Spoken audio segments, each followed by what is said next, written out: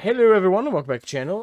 We're reacting to another Path of Exile video. This one is in direct relation to the lore that I need to know for Path of Exile 2, which is very much needed, and thank you to Snubsnout for DMing me this on Discord. Thank you very much. So Snubsnout wants me to check this out. It's in relation to my previous reaction video, so we're going to check this out.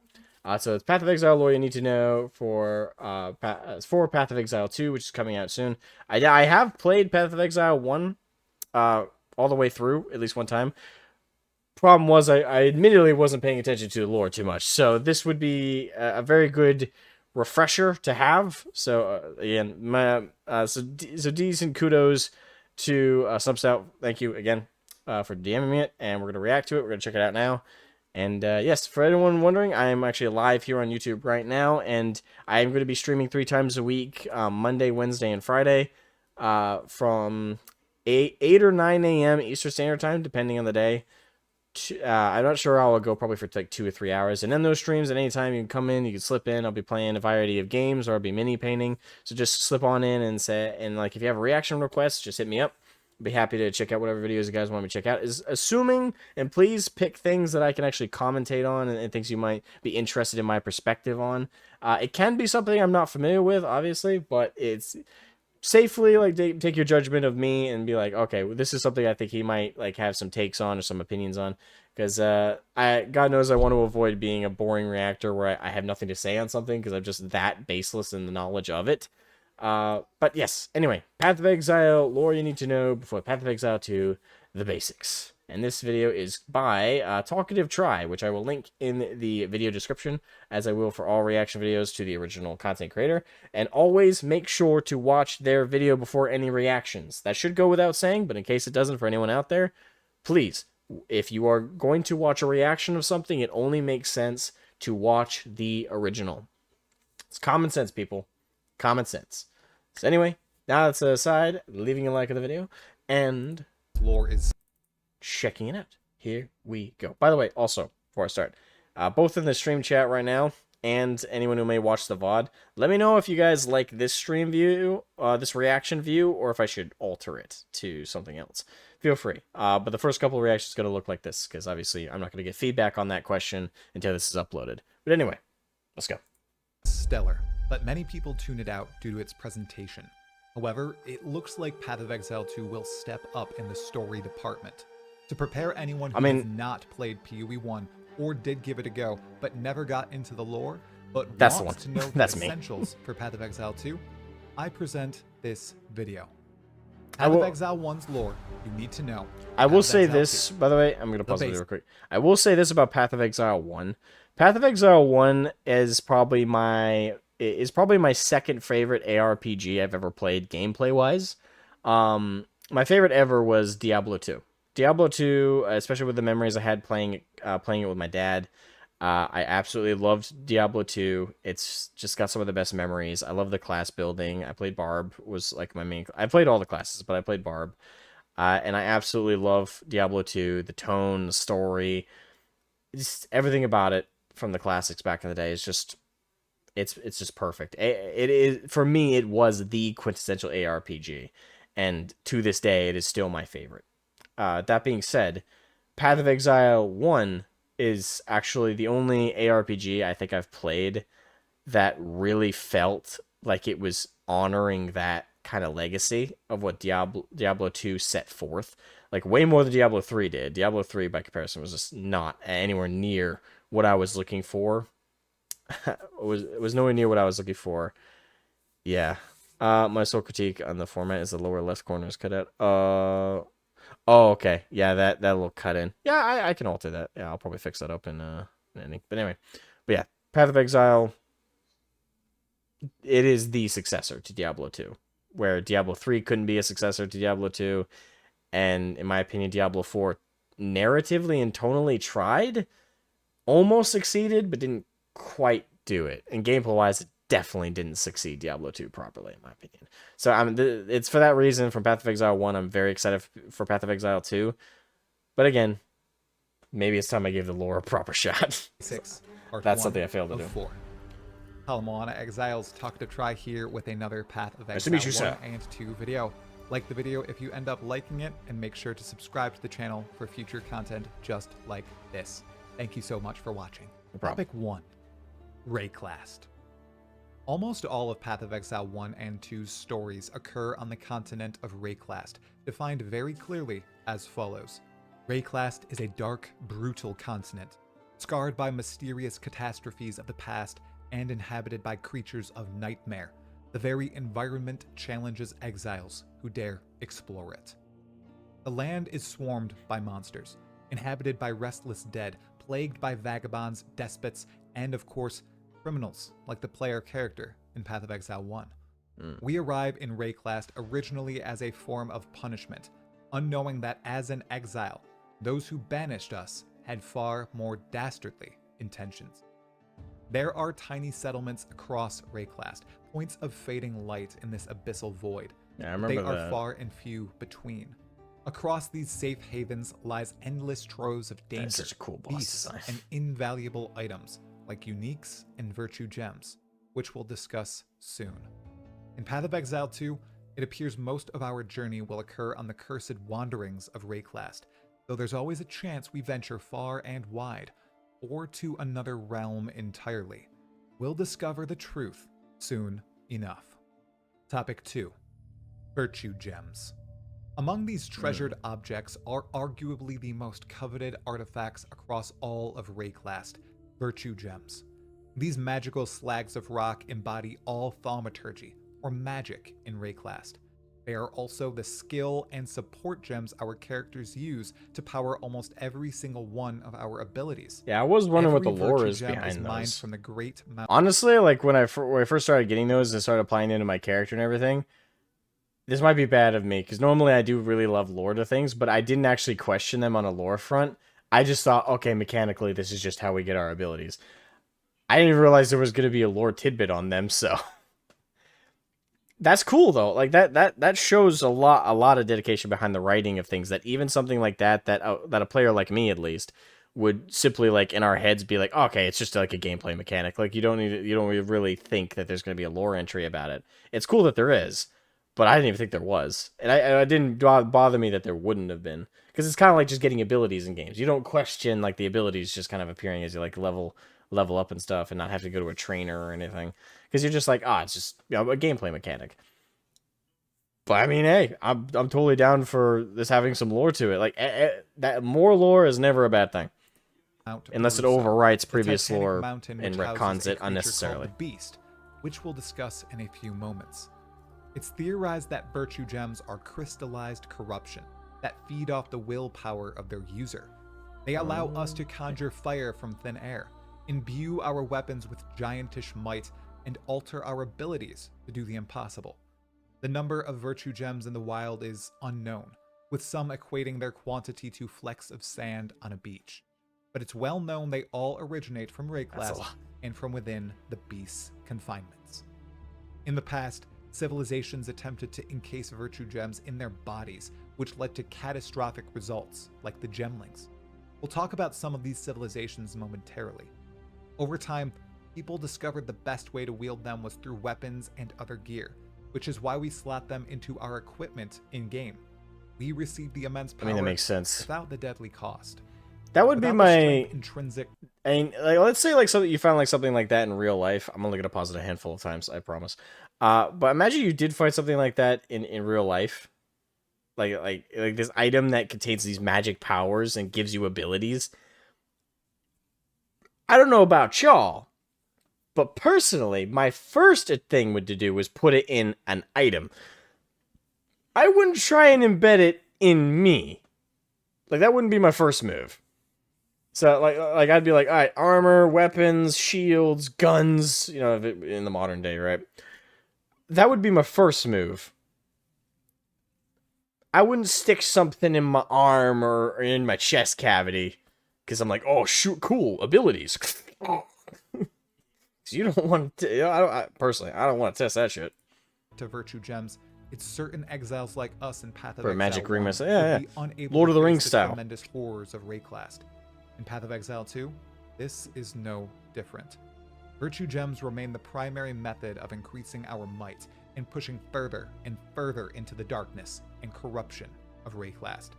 Though thanks to some mechanical system changes, we may have a few questions about virtue gems that shall need answering. Topic 3.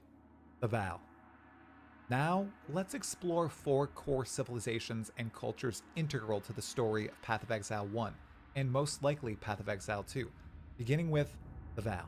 The most ancient of advanced civilizations to walk the continent of Wraeclast were the Vow. They predate like most the of the Necrons. well-storied cultures and stories of the current day, and were among the first to begin Sorry, I experimenting equate with things to virtue 40k gems. a lot. With them, they gained great power over other cultures and creatures of Wraeclast. One of the most famous savants of virtue gems was Doriani, a Val thaumaturgist who both led to the success and utter destruction of the Vow. Or so it is thought. Although the Val were technologically advanced, with many of their remains in the present being high-functioning constructs and unbelievable structures, one of the most basic urges of humankind was their downfall: greed. Under the direction of Adziri, the last queen of the Val, Doriani pursued the secrets of immortality and unrivaled power over others. This pursuit ended in a cataclysmic event during which the vast majority of the Val were killed and their country wiped from the face of Wraeclast. Beings of pure chaos, like chaos itself, suggest there's more to this apocalyptic event than is currently surmised, that perhaps the Val saved Wraeclast from a terrible fate. But for now, all that's just a theory. Okay. With Path of Exile 2's hold third on. act heavily Again, I know I said I wouldn't pause it too many more times. Apologies. But that does lead to that. Like, that's interesting. So I do like that, and again, like I said, I didn't pay attention to the lore too well in Path of Exile 1. I was very much playing the game for the game. But that's interesting that we don't have a complete picture even with the first game. And that leaves room for the second game to, instead of just give us just new lore or reinvent the wheel with old lore that they didn't mention in the first game. I do like the idea that they leave it a little bit open so they can add to it in a way that, again, doesn't retcon anything. And hopefully, like, minimal retcons to whatever this lore is here in this video is outlined.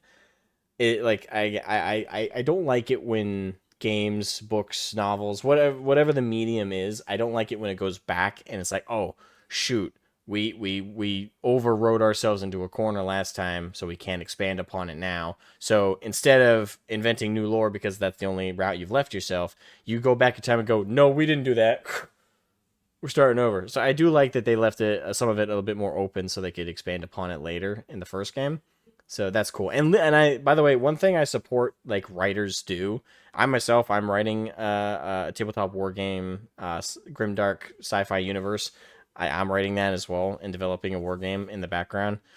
And, like, I've been doing that for a few years. And one thing when it comes to the writing is, it's good as a writer for you to write everything out completely and know the whole world ins and out, the beginning, the end, and write everything out. But when it comes to actually what you showcase and, like, the lore that you present your fan base or your potential fan base, I think it's perfectly healthy and good even to leave things open-ended or not explain things fully. Again, you should know everything and you should know why things are the way that they are and how they are that they are. But you should always leave room for your audience to speculate and theory craft, because that keeps people interested and fascinated. And don't feel compelled to answer questions quickly as your only way of, like, getting people to know things. And even leave questions that you again, you know the answers to, but you never answer. At least until you plan on ending your verse. Like, when you, like, for example, my case is a war game. Let's say I have, like, if I'm lucky enough to even have one edition, but let's just assume success. Let's say I get all the way to, like, 8 editions of Warglaive Gothic, which is the working title and name of my verse. Let's say I'm lucky enough to get like 10 or 11 editions out of it, or 7, or whatever the case is, and I finally get to the end and I'm like, okay, I'm retiring. I don't want anyone else to continue the verse or this hobby. I might maybe continue the hobby, but not continue the lore. I'll be like, okay, this is the last edition. I'm gonna reveal things that I set up with, like, old theory crafting. I'll let you guys do, and I'll still probably leave a couple of things unanswered that I will know the answer to, but I will explain, like, some crucial things that people really wanted to know before I end the verse. Because, that's the right time to explain those things. But I think leaving theory crafting and leaving unanswered questions for your player base and stuff, it's healthy and it's good because it allows people to have that mystery that you know the answers to, but they don't. And it keeps them intrigued. It keeps them interested. It's kind of why Joker is one of the most interesting characters in fiction, to an extent. That might be a bit bold to say, but we don't know his backstory. We don't know anything about him. And because we do not know, that's why the Joker's so fascinating in Batman lore. Or in real life, Jack the Ripper. You know, we don't know anything about Jack the Ripper, who he was, what he did. We have theories, we have strong theories, but we don't know. And that's what keeps people interested. That's what keeps people engaged, is mystery. Now, obviously, that's a horrific real life example, but it does apply to fiction.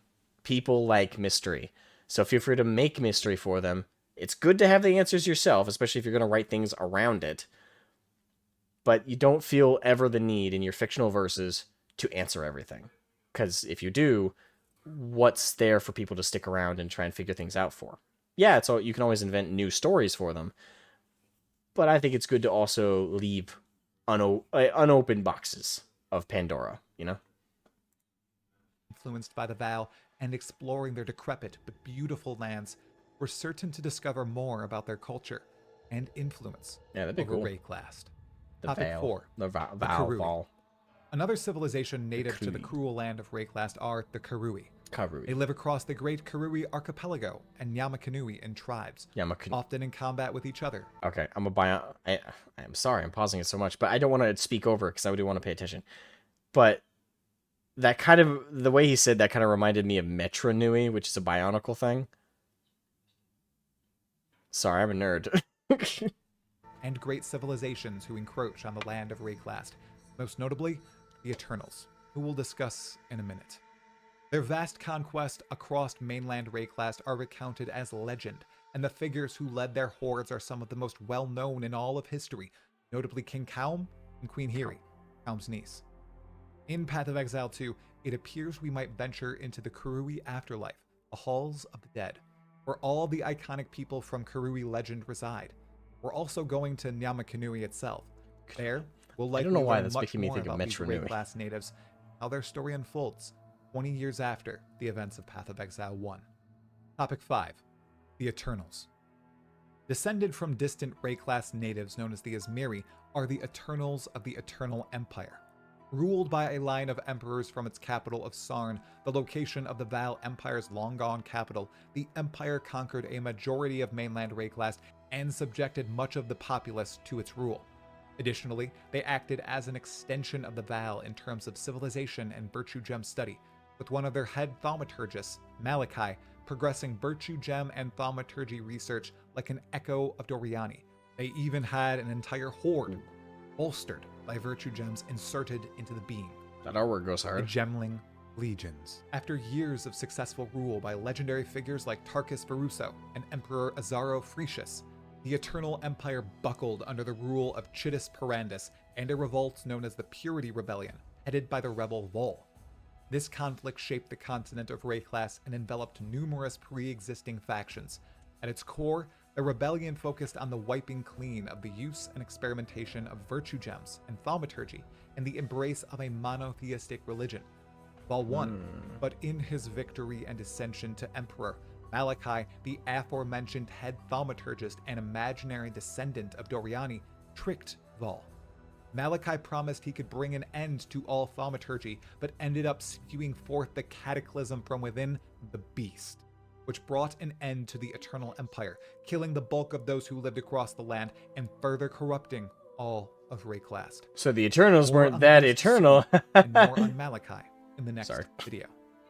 Topic 6. I'm actually interested to learn more about that. That was okay. The Eternals were in a way, I would say that's very 40K. That kind of felt with like the Eternal story. Not quite the Imperium Man, obviously, like not one for one or by any means, but like very 40K vibed with like that empire.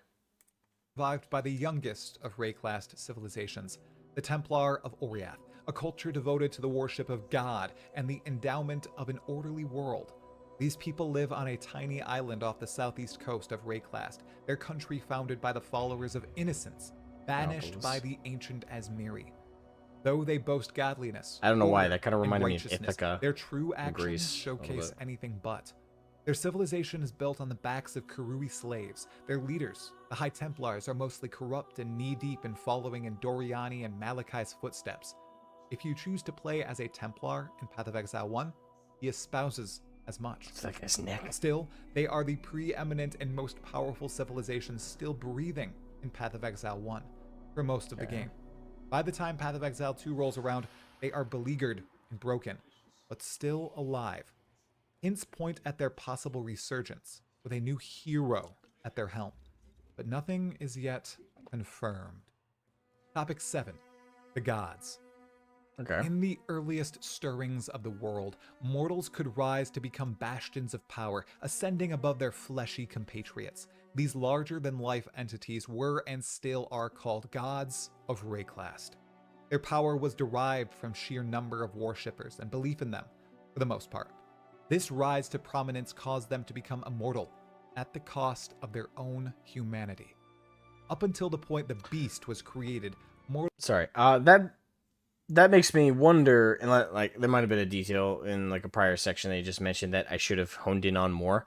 But that makes me ask the question: is that shadowy figure that we see, stabbed by like that ghostly sword, and he even talks to them like "you mortals," things like that, that we saw in the cinematic trailer for the opening cinematic trailer for Path of Exile 2 that I watched a little while ago. That makes me wonder: was he one of these gods?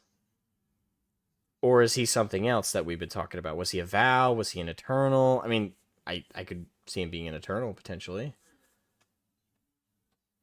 Now,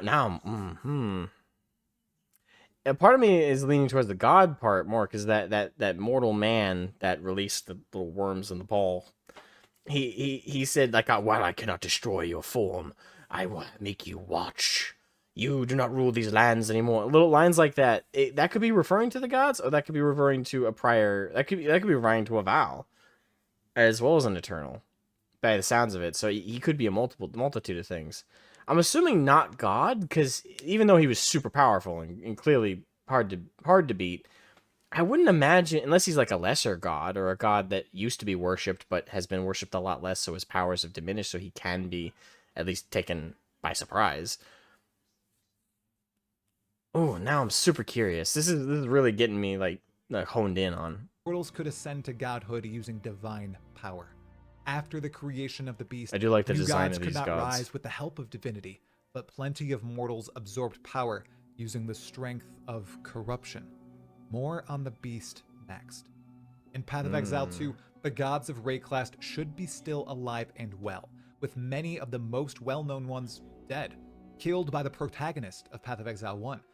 It's a wonder which we'll encounter throughout the game, if we meet any at all, as the primary antagonists in PoE 2's campaign seem to be attempting to recreate the device that affected every god in existence. Topic 8. The Beast. Not all praise the monumental might championed by these all-powerful deities, and so one of their own, a god named Sin, engineered an Fitting abomination name. of a creature called the Beast, sometime between the prime of the Val and the wars of the Eternal Empire. Its creation ripped and spawned many magics in the world, and forced many gods into an eternal slumber, or suppressed their strength, and, many theorize, gave birth to thaumaturgy, and thusly, virtue gems. It would not be a stretch of reason to consider the beast the source of all malformation in Rayclast. It accomplished So it's like the weakening of the chaos, gods, but gave birth to what many believe to but be a with far with greater one evil. cumulative physical form. Iconic figures like Doriani, Atziri, Malachi, and High Templar Dominus all tapped into the power of the beast, known to them and others as Nightmare or Darkness. As mentioned before, the beast resides in Mount Veruso, outside Highgate. It is large enough to walk through and is likely the source of I all do love the virtue gems eldritch across horror. the Very planet. Lovecraft. Some Some of of these this. icons, like Malachi, sought to tame the beast, but ended up becoming corrupted servants of it, spreading nightmare just as the beast does. Although it does not do so intentionally, it is merely a side effect of its creation and intended purpose at the hands of Sin. When we venture inside the beast in Act 4 of Path of Exile 1, slay Malachi, and then slay the beast, the gods awaken. But virtue gems and thaumaturgy remain intact. Corruption stays spread throughout the world, but divine power has returned. It's very, very curious indeed. The power stored inside the beast was near unparalleled, and there are those who seek to replicate its sheer force of will over the entire world. We might just encounter some of those individuals in Path of Exile 2. That makes me wonder, so is what was in that ball related to the beast? Or is that something new? Yeah, the way it mutated, I remember like when a sliver of it like fell out of the back of that cage towards the very end of the cinematic, and it started to like spread and grow kind of like vines in a tree. That kind of corruption, that sounds like it's that the description of the beast sounds like it's directly related to that thing. So either that what was in that ball is the beast itself, which I can't imagine if it's like inside a mountain. It has to be, maybe it's just a part of it or a component of it. Great. Now I'm going to get theory crafting. As we chase the seed of corruption. Next up, the Path of Exile 1 campaign. Next up in this video series is the quick breakdown of Path of Exile 1's campaign, act by act, with each act's recap taking about 1 minute. Following that video will be a summary of Path of Exile 1's endgame stories like the Conquerors of the Atlas, the Shaper, and the Maven. A final video will follow, discussing which Path of Exile 1 league stories are likely important for Path of Exile 2, and laying out those stories. Is there anything else players need to know about Path of Exile 1's lore for Path of Exile 2? Let me know. If you like this video, like it and subscribe to Talk to Try for more content. Yeah, absolutely. Dude. Like, I'm absolutely gonna subscribe. And again, he's linked in the description of the video of this. Yeah, absolutely. Oh God, I wish I had paid more attention to this story. Now I feel guilty because there's a lot to that, a lot more to that than I thought there was. Man, this is just the basics in the background stuff. Yeah, Havoc says, reminds me of the beast from Homeworld Cataclysm. Ooh. Interesting. I do like that. Yeah, I'm definitely assuming that like monstrous form thing that came out of that ball, that's gotta be, at least, if not the beast, it's something that the beast is like a tangential relation to the beast. I'd have to imagine. It'd be weird if there was like another like corruptive eldritch force on that level. I guess we'll have to see. That is very interesting. Yeah, like I said, massive like to Talkative Try. Link to this video will be in the description. Make sure you watch whatever I react to. Make sure you always watch the original first before reacting. I should have said that before I started the reaction, but that should go without saying. Never, like, I don't think it's makes any sense to watch a reaction to something without seeing the thing yourself. Unless, of course, I'm doing it on live stream, so some of the people here maybe not have had a chance and they're recommended to see it. But generally speaking, for the video, for sure, if you see a video like mine or any other reactor, make sure you watch what they reacted to before you watch the reaction. That just makes sense, and it makes sure to support the original creators who deserve that support, who deserve that traffic towards them. So, and if you are seeing this first time through my reaction, make sure to click the link in the description to the original video, leave a like, subscribe, and watch the whole thing through again. Like, just support the creators, guys. They absolutely deserve it. And yeah, mad props to Talkative Try for doing that very bare bones explanation. It's got me already hyped to watch a full series of him breaking down the full Path of Exile 1 game. It actually makes me want to play Path of Exile a little bit, but I'd have to re-download it. But anyway, that's it for this reaction. Make sure to leave a like, subscribe, all that fun stuff. Also, yeah, again, like, give me any criticisms about this, Havoc or Lightning. I'm not sure which one you did it in the chat earlier, but you know, like they did just now. Like, tell me anything about like the setup or the dash of this reaction frame you guys might want changed. Yeah, just for like future reference. And again, the first few reactions are gonna look like this until I get to see that feedback. But I will make changes as soon as I see the feedback. Anyway, thank you guys so much for watching. Catch you guys later. And if you want to, come to the live streams live and make any like reaction recommendations or anything like that, I'm streaming here on YouTube on the Asmogan channel every Monday, Wednesday, and Friday between the hours of 8 a.m. and 9 p.m. is when I'll start, and I go for at least 2 to 3 hours. So hope to see you guys around here. Hope you guys slip on in, and I'll catch you guys next time. Bye-bye.